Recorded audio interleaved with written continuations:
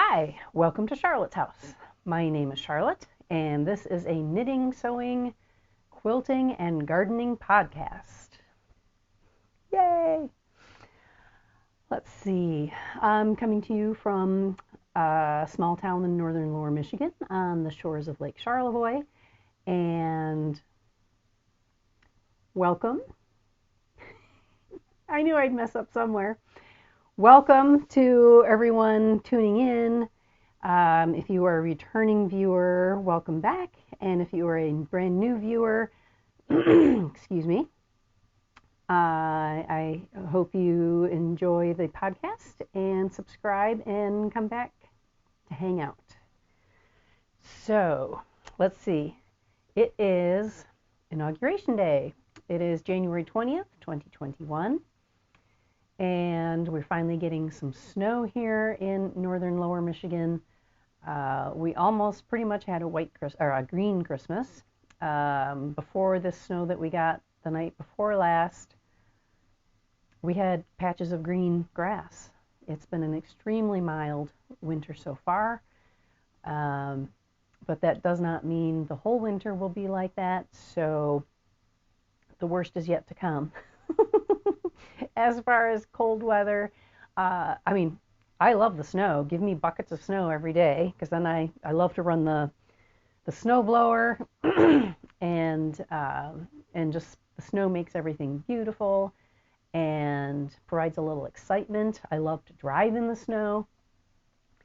So when it's 38 degrees and so dark every day that you have to turn a light on to walk through your house in the middle of the day after day, that gets a little old. So we've got some finished objects to go over today in knitting, a couple of works in progress, and some quilting updates, mishaps, all the good things for quilting. My phone's buzzing off, I'm not sure why. Anyway, so let's get into it. Finished objects. Oh, that's my work in progress paper. Oh, here it is, right here. Okay, so let's get organized here. We'll do this one first. So last podcast, I had one of these socks finished, and I have finished the second one. And that is the Catch a Falling Star sock. Oh, come on, where's my third page with the picture? Here, no. I just have written instructions. Okay. Well, let me see where it is. Oh, here it is. It was under something else. Anywho, so Catch a Falling Star sock by Pia Kammeborn of the Kammebornia podcast. They have a lovely podcast, she and her husband Dennis. They are Swedish, and they have professional producers or something. I don't know. It's an absolutely gorgeously produced podcast. The intro is in English. The rest of the podcast is in, I was going to say Spanish, Swedish, but they do have English subtitles. So it's something that I can't do a project on. I actually have to sit and watch because I need to read the subtitles. I do not speak Swedish. So, but anyway, so you've already seen the finished one. I have made the second one. I've worn them a couple of times. I love them. It's my first colorwork sock. The only thing is that somehow between sock 1 and sock 2, my gauge changed significantly, because here's one sock and here's the second sock. That's a big difference, so I'm not quite sure what happened there. The smaller one actually fits my shin perfectly, and this was a concern in my previous podcast, that this is quite wide, and so it is gappy when I wear it. However, the the construction and the fact that there's the color work holds the sock up. So they don't sag, they don't fall down, they don't do anything. And I wear them with my clogs. So the whole point of this, well, not the whole point, but one of the things I absolutely loved about the sock is the color work heel. So when I wear my clogs, you can see the heel. There's a stripe on the sole and snowflakes all around and just a little pattern. So my first color work socks, I was a little concerned. You can see the tension isn't, I mean, it looks pretty good for my standards. If you are an expert color worker, you're going to say, yeah, no, not that great. Because you can see different spots where there are holes on this side. You see where there's little, it shouldn't be like that. It should be just solid color all the way across. But anyway, they're fabulous. They're very warm. And the yarn that I used,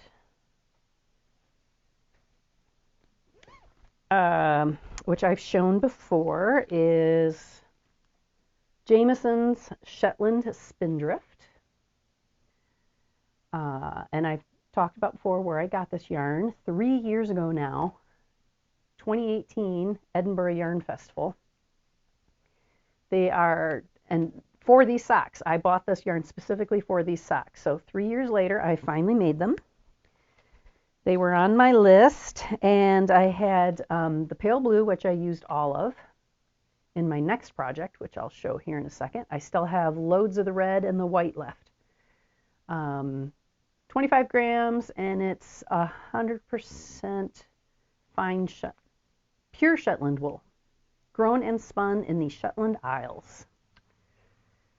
So it's wool, but when you wear it in the socks, it's not itchy at all. It's really nice. So not superwash, of course. So the perfect yarn for color work. I'm sure that's what it was made for, but what do I know? Anyway, so that's my first color work. I'm sorry, my first finished object, completely finished, is the color work sock. So I highly recommend them if you're interested. Just maybe work on your tensions so they match. I don't know. And so I had a lot of the yarn left, and the same designer, Pia Kammeborn, had a Advent Knitalong for the month of December. So each week in the month of December, she released a new clue, and it was a colorwork hat, and you needed 3 colors. I need readers now. I tell ya. Let's see. Trying to find the first. I won't show you the chart because it is a paid-for pattern. I'm guessing if you like this and are interested, you can find it on her Ravelry page. Kammebornia Mystery Advent Knitalong 2020. 3 colors. She said your main color could be white or blue. Contrast color 1, green or white. Contrast color 2, red. So my main color is blue. My contrast color 1 is white, and I kept red for the 3rd color. And here is the hat. The hat only required a total of 55 grams. I haven't weighed this. I should weigh it to see. It looks ginormous on my hand. I did make the larger size based on the measurements given in the pattern. And again, my color work, you can see some holes where there really shouldn't be holes. It should be even all the way across, but this was steam blocked. I did not wash it. Normally I like to wash everything, but this is steam blocked. And there's a reason why the crown is white instead of blue, and that's because I ran out of blue. But I ran out of blue in just the right point of the pattern, so it looks like it was designed to be like that, so I'm perfectly happy with that. I started out with DPNs. If you've been with me before, then you know that I prefer DPNs. I do not magic loop, but there were so many stitches on each needle that they were falling off. So I switched to the smallest circular needle that I have. So let's, again, I don't want that jog there right in front. Doesn't really matter. So it is a darling hat. It's thin enough because it's sock weight, fingering weight, but again, it's that Scottish wool. So it's extremely, my head is already getting warm. It's extremely warm. It's really cute. It doesn't do the hang down the back thing, so I like that. And I don't care that there's extra poof here and you kind of smash it down. If you had poofier hair, there's lots of room for poofy hair, so that works. It does not work to fold it up, so don't even try. But I've worn it a couple times, and I'm very happy with it. So finished object number 2. And I made at least one, this might be the third Kammeborn pattern I've done. I can't remember what the first one would have been. Can't remember. But her patterns are very well written. I would highly recommend that you check out her Ravelry page. Okay, so I'm going to get way too hot. So we'll fix the hair. Okay. So, finished object number 3. If you recall, was it last winter? It was last spring.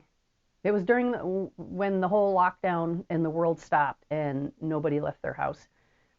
And so, yeah, that was March for us.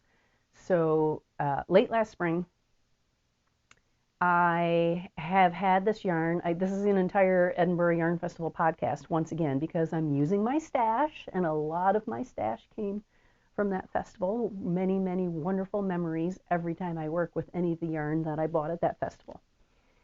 And it's by the Walk collection. I've shown it before because I made that triangular shawl by Isabella Kramer.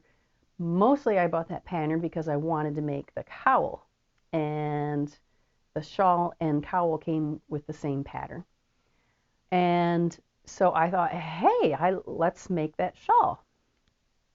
It was, it was 2020, not thinking straight, not remembering or caring, obviously, that I do not like, I just don't care for triangular shawls. I don't care for the fact that they hang way down your back and then you have this little tiny strip on your shoulder and it ties right here or whatever you do. And I don't like all of that stuff hanging in the front and then wrapping it around. I just don't care for the shape. I like a crescent shape. I like the Stephen West Schlanket style where you wrap it around and you can pull it down your shoulders if you want. So like your upper torso all the way around is covered. So, and I've shown it in my previous podcast, took the whole thing apart. So then I was trying to find another pattern because that yarn is absolutely to die for.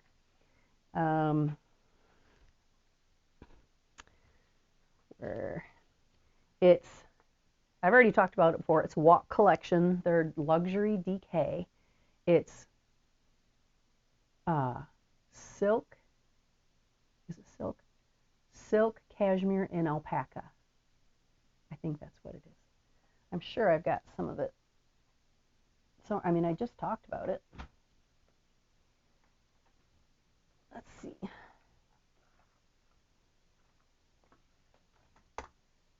Yep, here it is. Okay, so I've got some of the charcoal left over. Walk collection, they're a German dyer.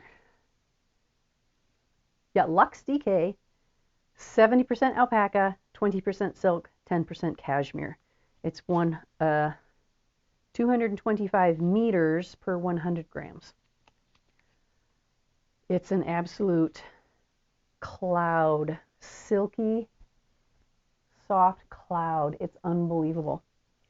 So I ended up finding a 2-color shawl pattern, crescent shaped, and it is Circle of Friends by Locatelli. Her shawl, the pattern is written for fingering weight. I use DK, as I just explained, and it doesn't matter. I didn't swatch. I use needles for the appropriate size. What is it, 4 millimeter probably for DK? I don't know if I did 3.5. Might have did 4. And just followed this pattern, and knowing that, of course, if you use bigger yarn and bigger needles, the project's going to be bigger, which was completely fine with me because I like schlankets. So, and I did make a few modifications, which we will discuss. So here it is. I'm thrilled with it. I absolutely love it.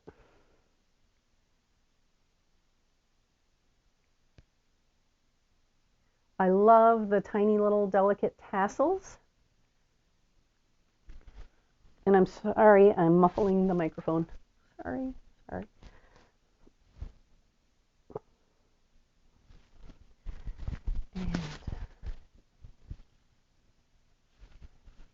And anywho,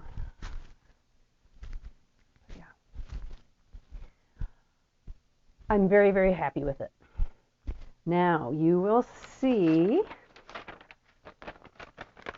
that she has those polka dots in the gray. Those are baubles. I did start making the baubles. In hindsight, I could have kept the baubles if I had halved them. So finally, because when I followed her instructions and did the full bauble, they were as big as grapes. Like grapes, like there would have been bumps sticking out an inch almost off my shoulder all the way, and I was like, these are too big. I know I did 2 full rows of baubles, started into the 3rd row, and I was like, these baubles are too big. This is going to be right. Took the whole thing out again, remade it, and instead of baubles, I did 2 rows of the contrast color. And then she also had the final contrast color row on the bottom edge was much longer, and she had 3 rows of baubles in this section here. Well, I decided that because the project was already getting quite large, it would be mammoth if I went ahead and did all the rows, so I stopped when it was slightly larger than the row before it and put the tassels on. But this yarn is an absolute dream. Absolute dream. So I'm thrilled with it. I will wear it many times as opposed to the other one, which would have probably been given away or something. But again, this yarn came from a special trip, so it means a lot to me. It's fabulous. I'm telling you, unless you have a problem with alpaca, you want this yarn. I think Levi, WTF Knitting, he discovered through knitting that he's allergic to alpaca. So Levi, you do not want to use this yarn. It's 70% alpaca, assuming Levi's watching. Hi, Levi. Anyway, so finished object number 3. I'm thrilled. I'm going to take it off because the mechanical room is right there. And my sewing room heats up quickly. So there we go. So we shall move into some finished objects. And I apologize for muffling the microphone. I'm still getting used to learning how to handle a microphone. So I'm in a virtual knit night, which gets together on Thursday nights. I get there when I can. Phenomenal group of people. You know, with the total devastation, economic destruction, lives lost of the pandemic, there has been a silver lining for me, and that is finding this, being a part of this virtual knit night, which most likely would never have formed without the pandemic. So I'm very grateful to be a part of this group, and a number of us have decided to do a knit along together. There is no timeline, there's no prize, we're just having the camaraderie of knitting the same project at the same time and asking questions and bouncing color ideas off each other, gauge questions, and that type of thing. So, and that is the very popular Montrealer by Designs by Delz. And this is an excellent pattern for a wide variety of knitters. There are 7 sizes, and it's a unisex design. So, men, obviously a man designed this and is modeling this. And many of the men in our group are knitting this sweater, as well as the ladies. And so pretty much anybody that wants to make the sweater can make it. So I would highly recommend checking it out if you are interested. And a bonus is that it's a worsted weight sweater. Yes. And so I've made a couple modifications. You will see that there appears to be like a sweatshirt style pouch. I decided not to make that simply because the yarn, which I will show you in a minute, has a lot of structure to it, and it is not superwash, so it's structure, and it's almost, could stand up by itself. And so I just thought, well, that's just too much structure right in the front there. So I'm not doing that. But there is also a hood, and I am doing the hood. So without further ado, here is my progress on the Montrealer.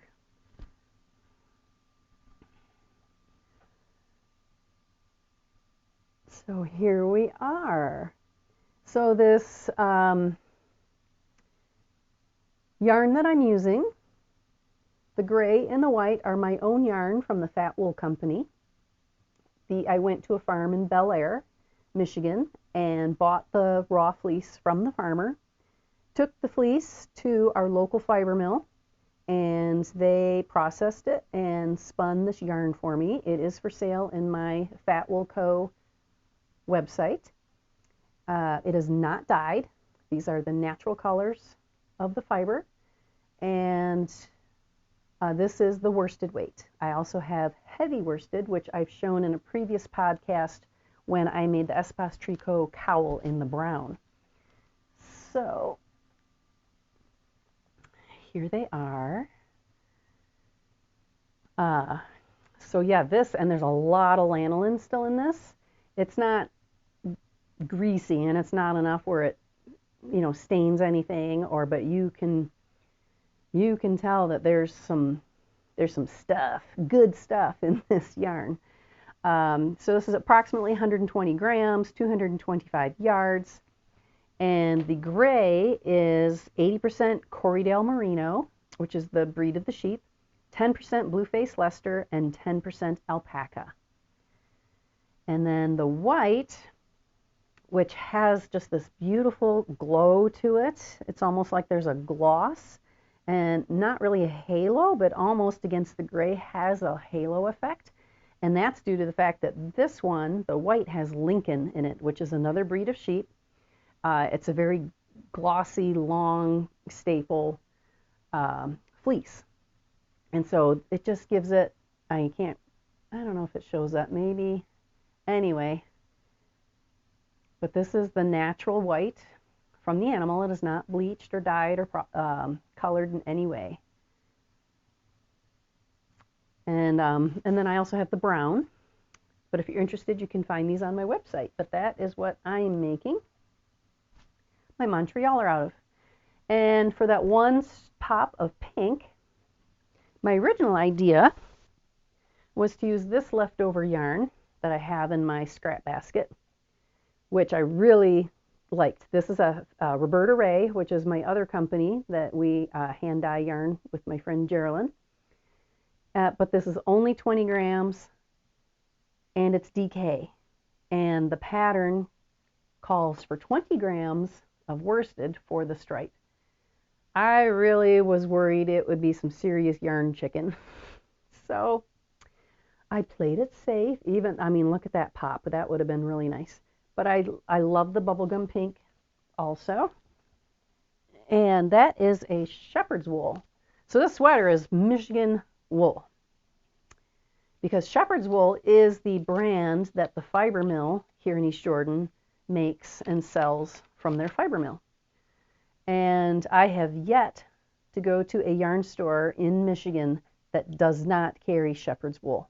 She is widely known in the fiber industry, an expert in the Michigan fiber industry, pretty much knows all the farmers, all the fiber farmers, and she's right here 10 minutes from my house. And this is her brand, Shepherd's Wool. You can go to her website. If you're in Michigan, pretty much every store carries her yarn. She does have a small store here in East Jordan, right at the fiber mill, that you just, if she's there, she'll open up the store for you and you can shop. And this is worsted. So I've got obviously lots of that. So I went with that for my stripe. But anyway, I did not, so I already told you I'm not doing the pocket, so this is not as long as the pattern wanted. I think the pattern was another 4 inches. And I've already discussed how I like not a crop sweater, but I also don't like sweaters to hang down too long. I like them just past my belt.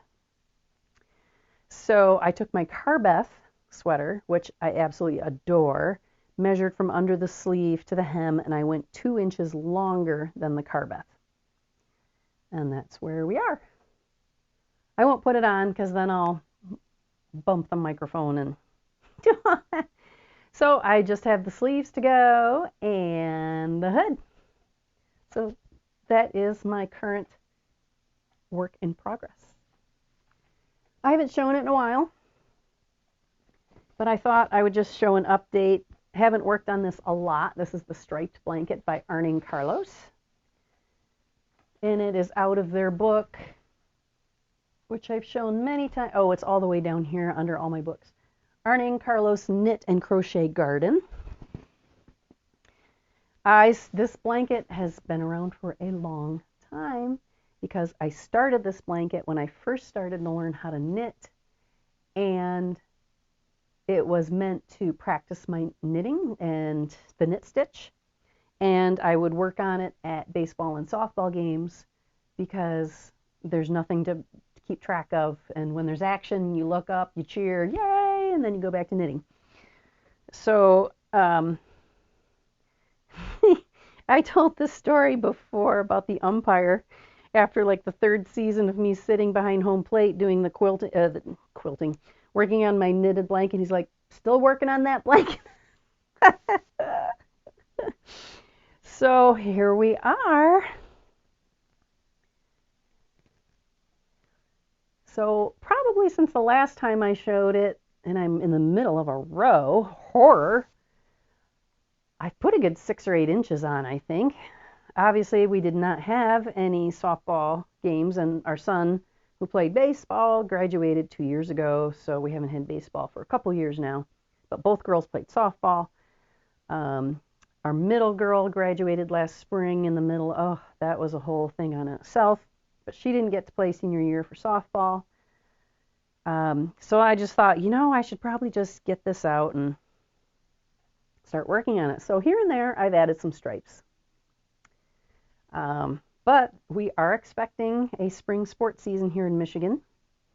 And our youngest is a junior in high school, and she'll be playing softball. So March 15th, we're supposed to be set to go for spring sports. So looking forward to that. So there will be much more progress on this this spring. What am I using for yarn? I don't even know why I have all these colors in here, but I've got loads of scraps and colors in here. I'm trying to use them up. I've used quite a bit. Where's the label? I know it's, here it is. I always called this Barocco. No. What did I used to call it? I can't even remember. I don't know if it's Barocco or Barocco. I have no idea. Vintage. It's a machine washable yarn, it says. It's worsted weight. 50% acrylic, 40% wool, 10% nylon. And what size needle am I using? Looks pretty small. It's not a 5mm, I can tell you that. I probably just went with whatever Arnie and Carlos said in the book, not realizing that I was using worsted weight yarn. If I'd had a bigger needle, this might be farther along. It'd be bigger. And I'm trying to use up the yarn anyway, so. But it's like personal size. Because I'm using a small, this has got to be a 3.5 on worsted weight. I can't read it. I don't know if I have a gauge. Probably it doesn't really matter, I suppose. I do have a gauge somewhere.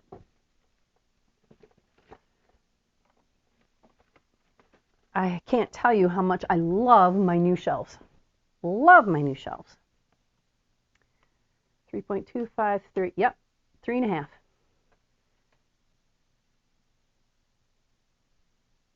Oh, no, sorry. That was the crochet side. 4.5. No, 4. It's a 4. Wait, why do those have letters too? Knitting neat, that's the knitting side, that's the crochet side, so it's a 4. So it is a nice, thick, look how thick that blanket is. Oh, I showed you the nice side too. That's the Instagram side. And here's real life.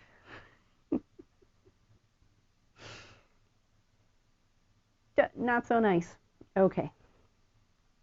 Anyway, so I don't usually show this very often because I don't work on it very often, but I thought I would at least dust it off and show you the progress on that.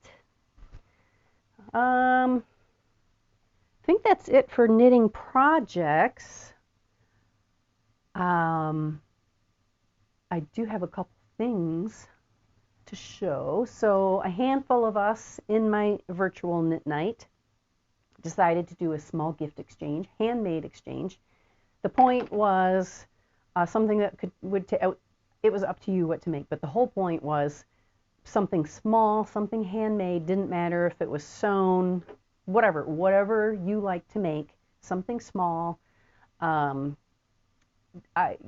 up to 3 hours of your time. So something small, and just to spread some holiday friendship and cheer. And so my exchange friend, sent me this darling little Christmas ball ornament. Well, it's not even Christmassy at all, so I've got it by my sewing machine, and it makes me smile every time I see it. Just reminds me of friends. She lives all the way on the other side of the country, on the West Coast. Lucy, so Lucy, thank you so much. It's darling. And I made my own Christmas ball, so I took Arnie and Carlo's blank chart that they have in their book. In the back, there's a blank chart, so you can make your own design. So I used that and made my own design and sent that for my person. And I just sent that, but no, Lucy sent the handmade item. She sent a little sampler thing of some hand balm. She sent some candy. And I was like, oh my gosh, it was so nice. So I wanted to share that. So that was a nice thing to receive. And then, oh, I forgot the sticker. It's right over here. I played bingo again, the Christmas edition, and I finally won. Yay! I'm a winner. I finally won at bingo. I won the third and final game of the day. And I forgot the label over there. I won these fabulous crocheted earrings.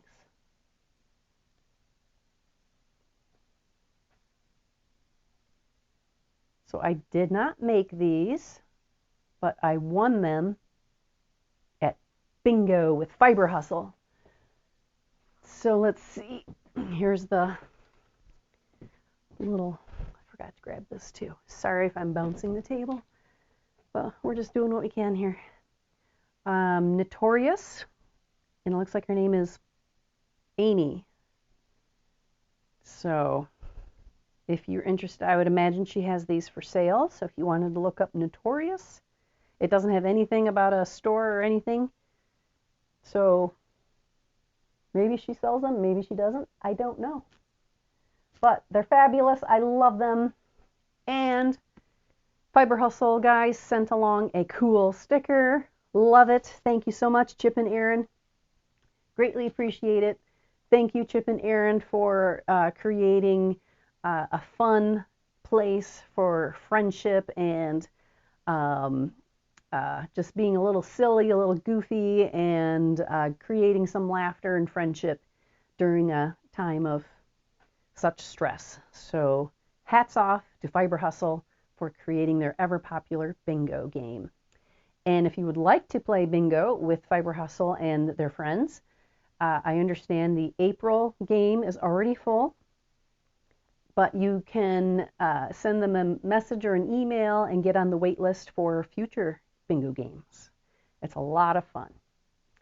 Okay, that is it for knitting and yarn and fiber.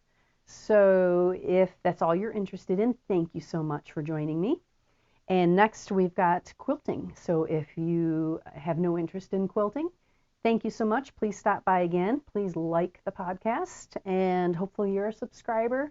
And we'll look forward to having you join me again. Thanks. Okay, let's get into quilting. All right. The first one, all right, I have to insert some videos here, or pictures here. The first quilt was given away at Christmas. This was the circle quilt that I had previously shown. Maybe I can figure out during editing how to show pictures now while I'm talking. Otherwise, I will cut the talking and just show the pictures.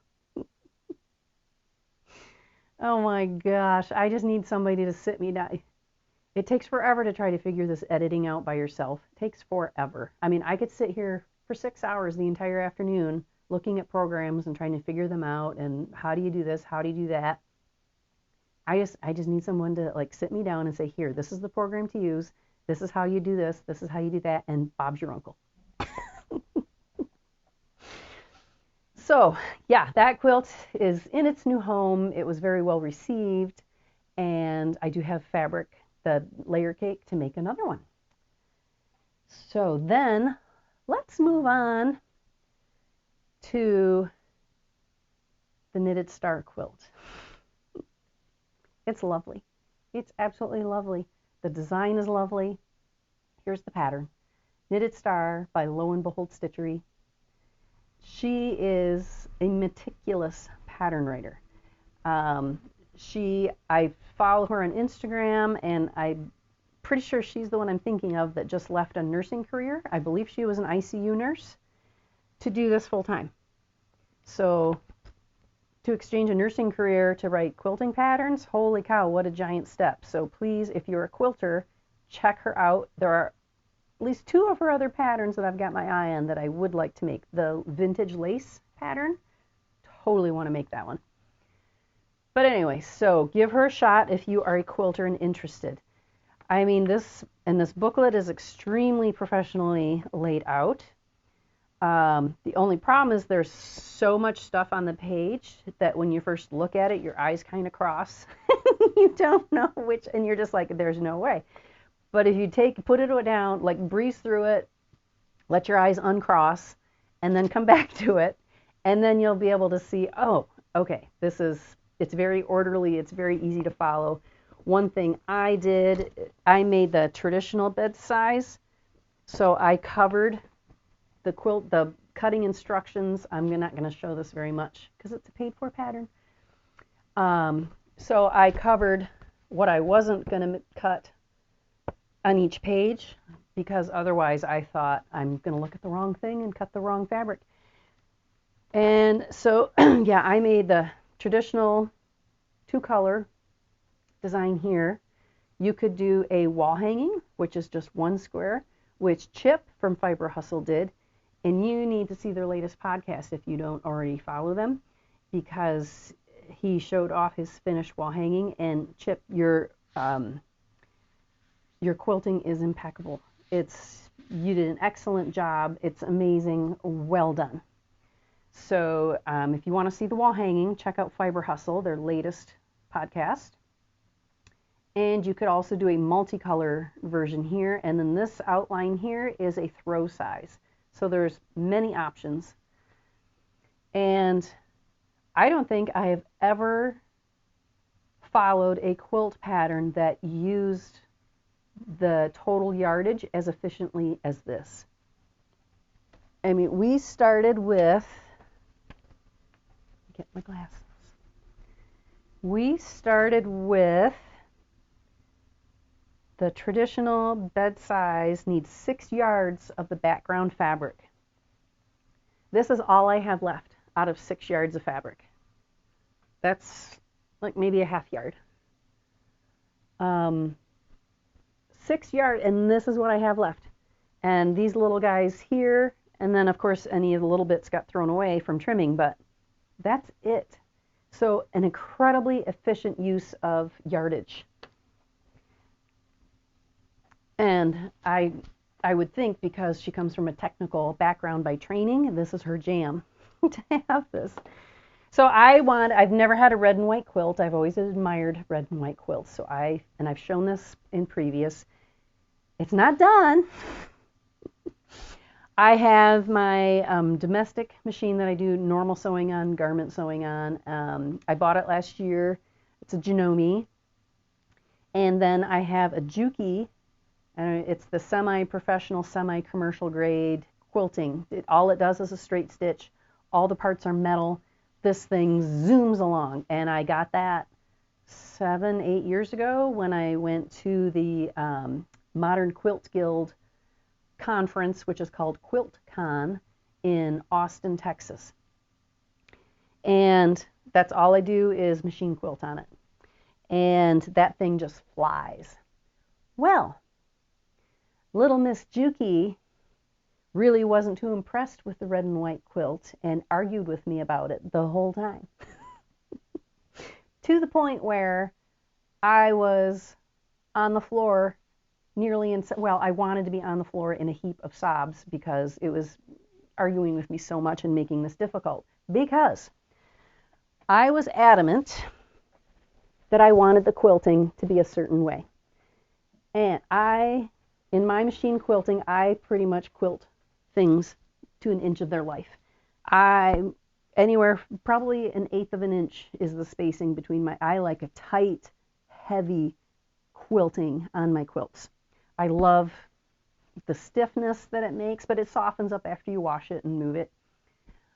Oop, I lost something. Oh, I had this clip to me, but my daughter's texting me. At least the dogs haven't barked yet. But give them time. Okay. And because I quilt things so heavily, I thought it would be, and I'm sorry if I'm muffling the microphone, with this particular project, it was important to me not to distract from the geometric design of the quilt. Meaning that because I quilt so heavily, like her cover quilt, she used all white fabric,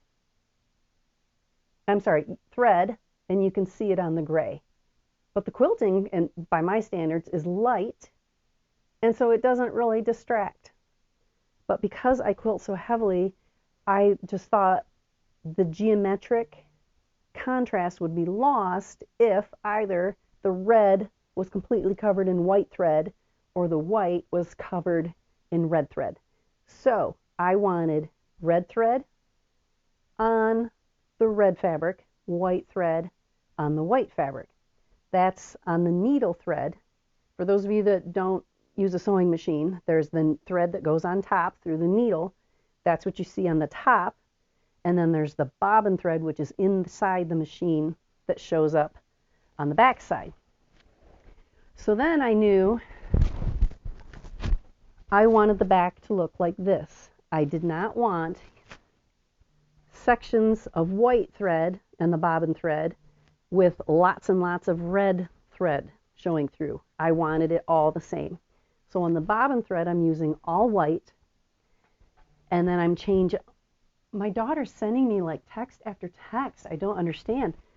So I'm podcasting. It's exams. Why aren't you in an exam? Okay.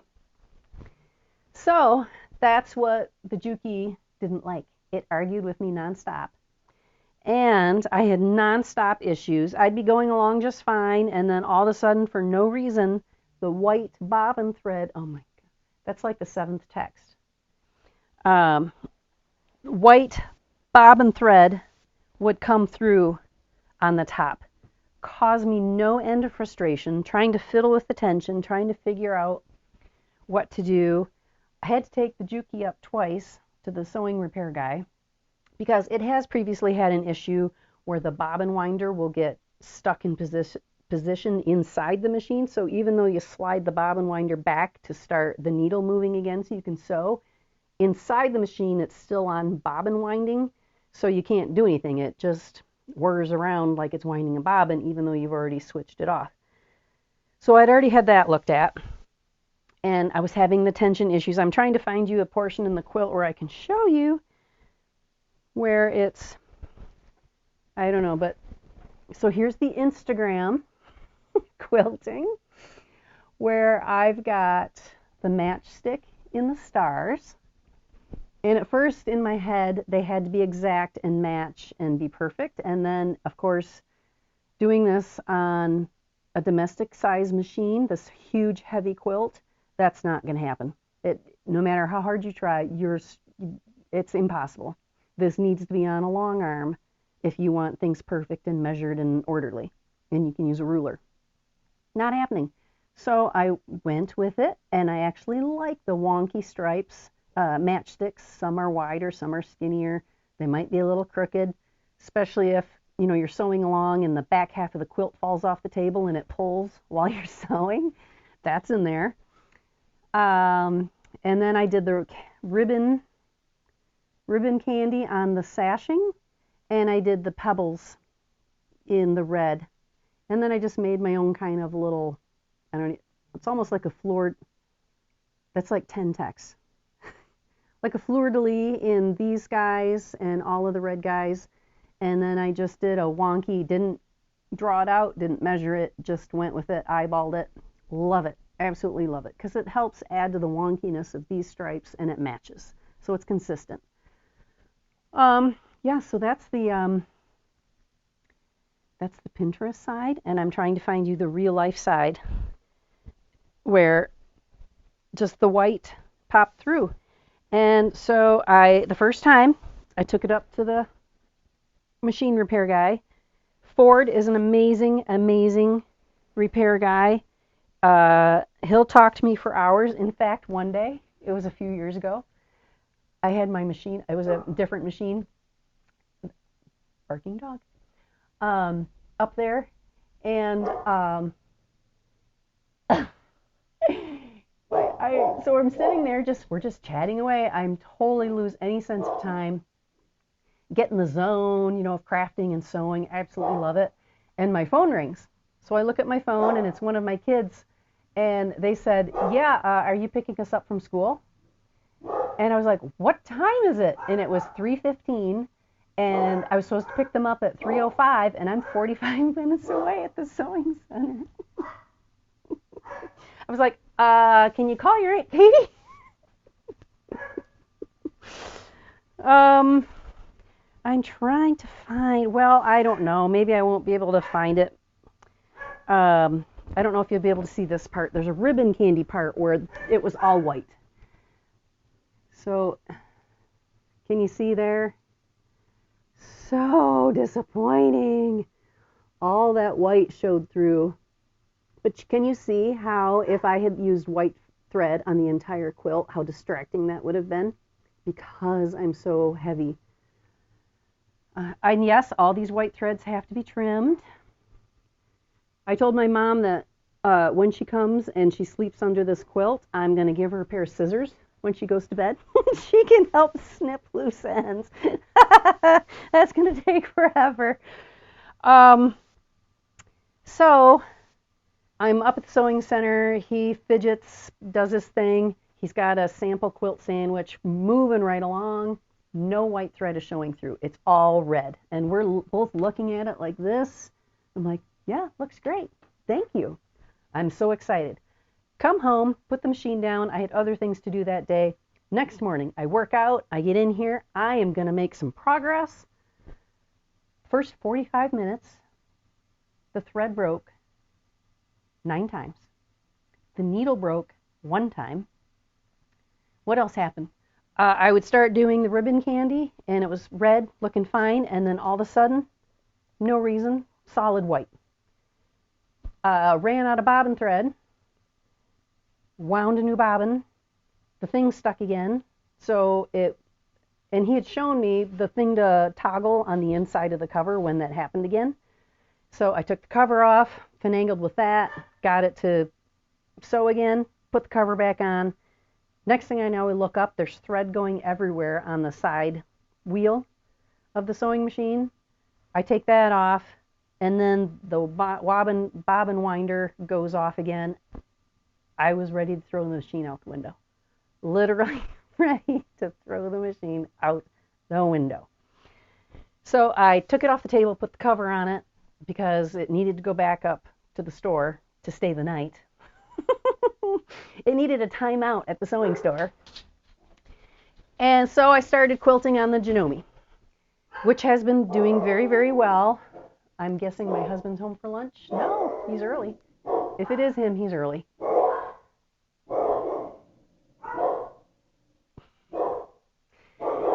However, so the Juki, going right along, I start quilting on the Janome, put, put, put, put, put, put, put, and I'm like, it's gonna take forever. So I'm going, we're gonna get this thing done one way or another. I'm quilting, going along. I run out of red thread with 3 stars to go. I've got 2 half stars. Oh my God, let me shut the door. I have no idea what maybe it's UPS. I don't know.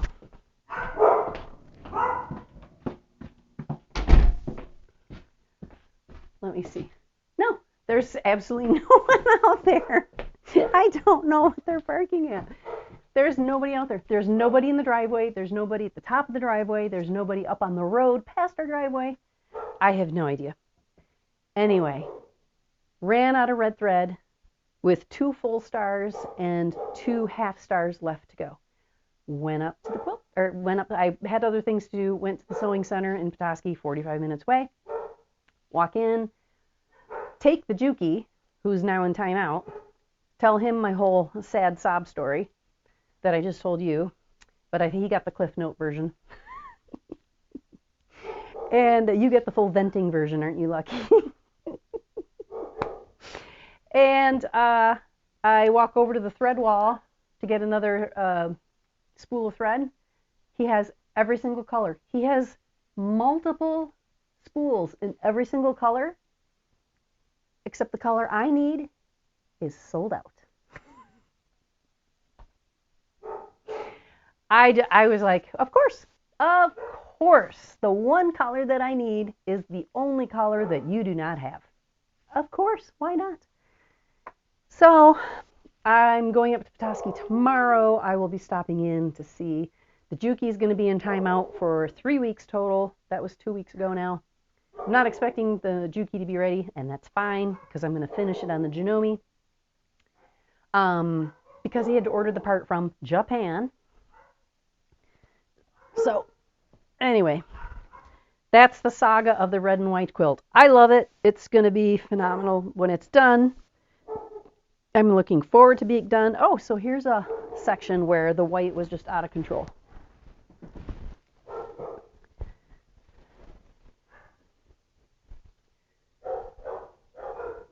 All through here. Yeah. Oh my gosh, there is nobody out there. I have no idea. So anyway, that's that one. So I'm only going to move you once today. So let's go over here to see the quilt on the design wall that I'm doing. I went through this last episode with how I came up with the pattern with the Quilt Illustrated Blocks book. Okay, let me go. Hey! No! No barking. That's enough. No!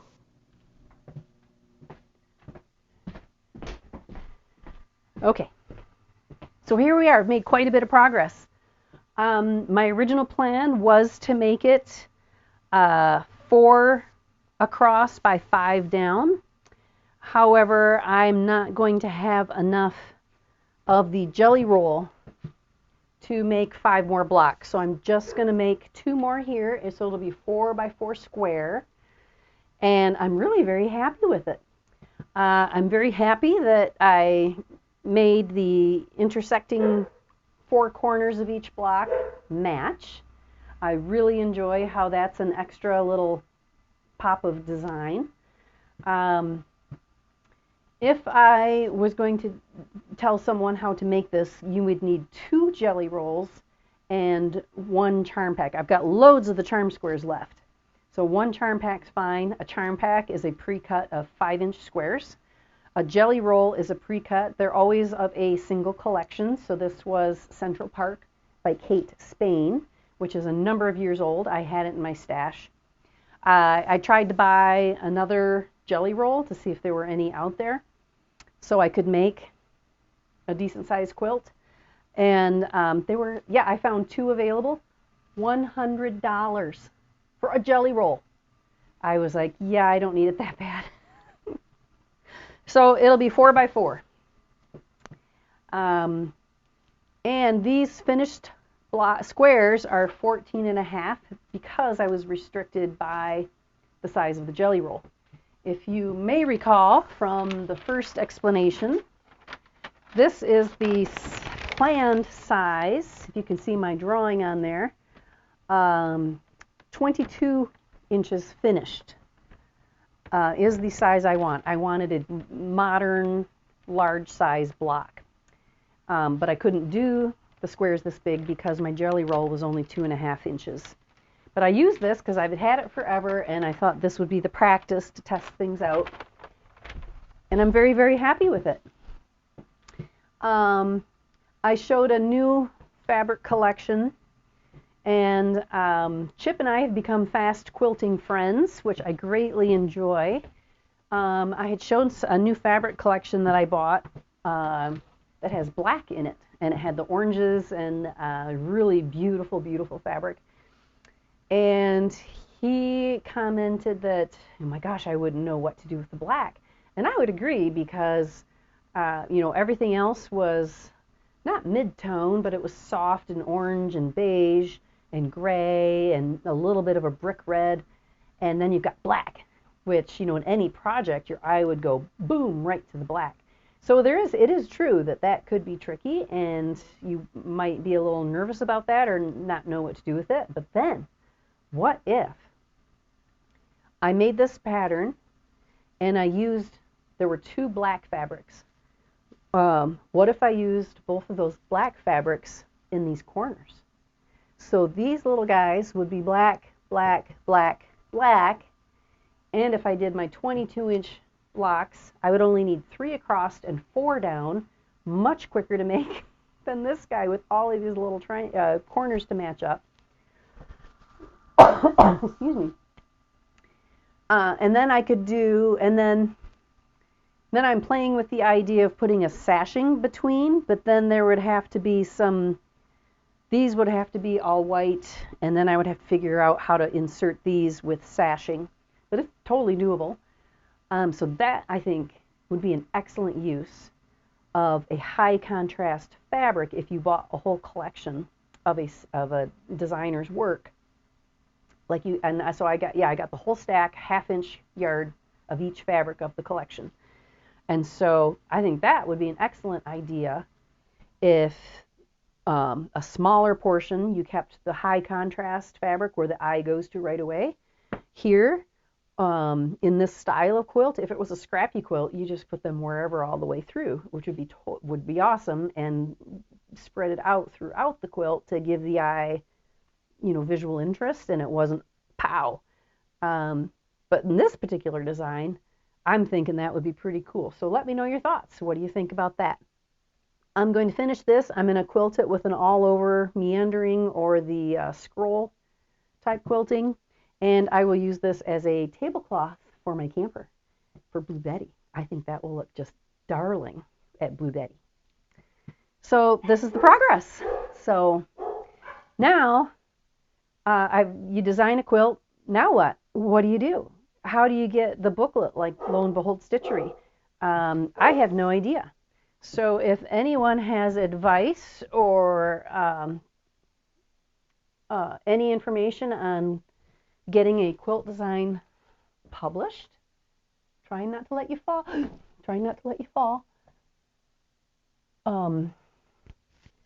please let me know, because I now have no idea what to do with it. Yeah, how do you go from that with my pencil and paper design to this? That's what I would like to know. Okay, I have a third quilt going. Well, I have 2 other quilts going. The Jen Kingwell, which I've talked about before. I now have 5 or 6 of the monthly blocks traced and cut out. So that's moving along. And then also during the second lockdown, I saw this block of the month come up from the Fat Quarter Shop.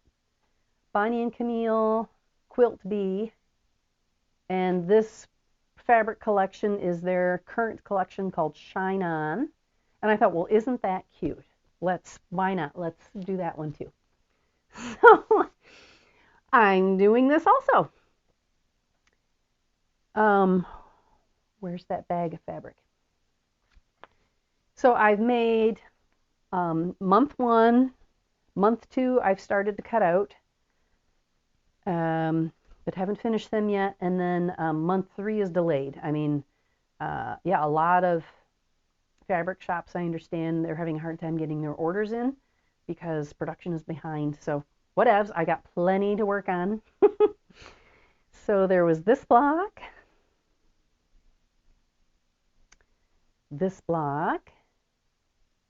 Darling fabrics. Again, these are like a little too cutesy. You've seen my style, Anna Maria Horner, K Facet. I'm like, so these are a little cutesy, but what the heck? I thought it would be darling, something different. I love the red and aqua. And then I thought, well, what would I do with this quilt? I guess I could donate it. I could give it away, because it's really not my style.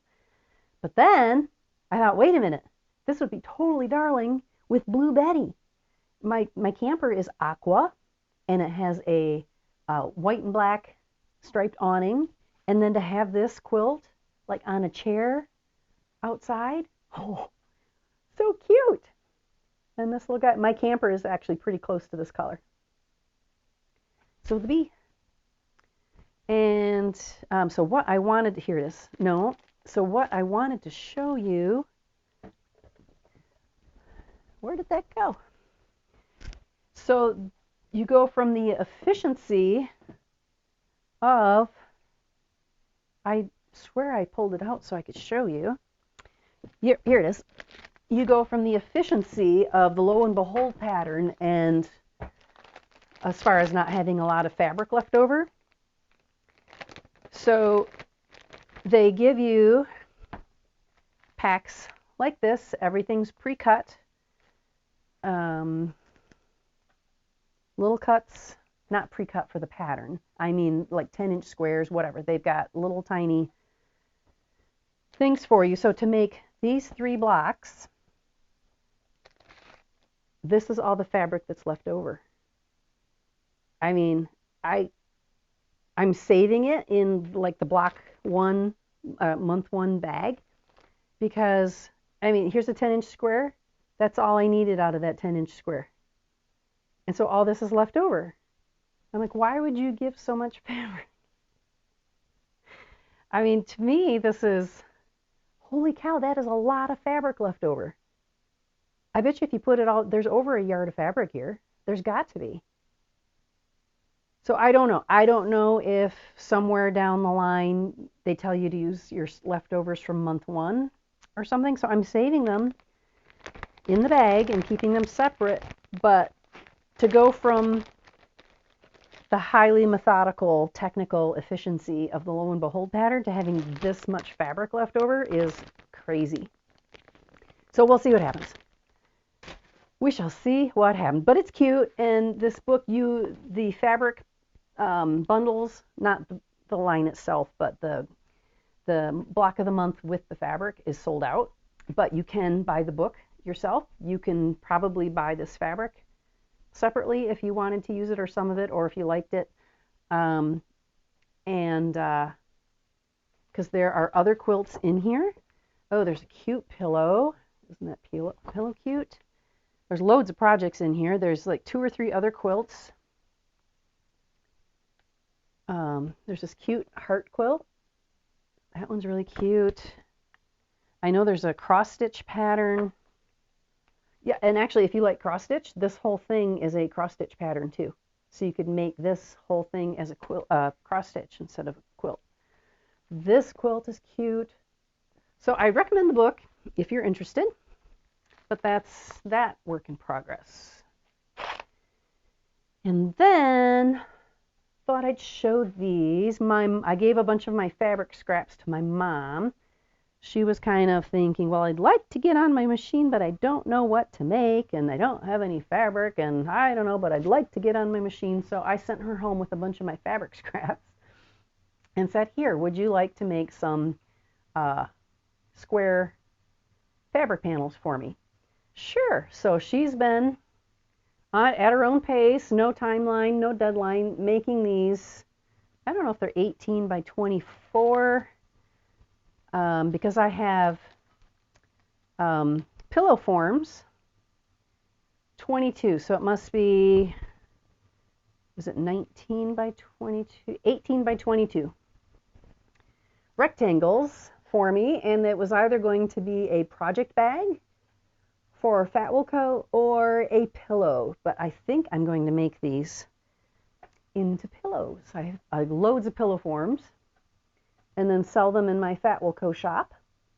Isn't that one cute? So she cut all these out and sewed them for me whenever she felt like getting on her machine. Isn't that one darling? And I've got this pom-pom trim. I love pom-poms and pom-pom trim. How cute would that pillow be with the white pom-pom trim on the edge? So that's a plan, and I'm going to do a zippered back. So, and then this guy right here, nice and bright.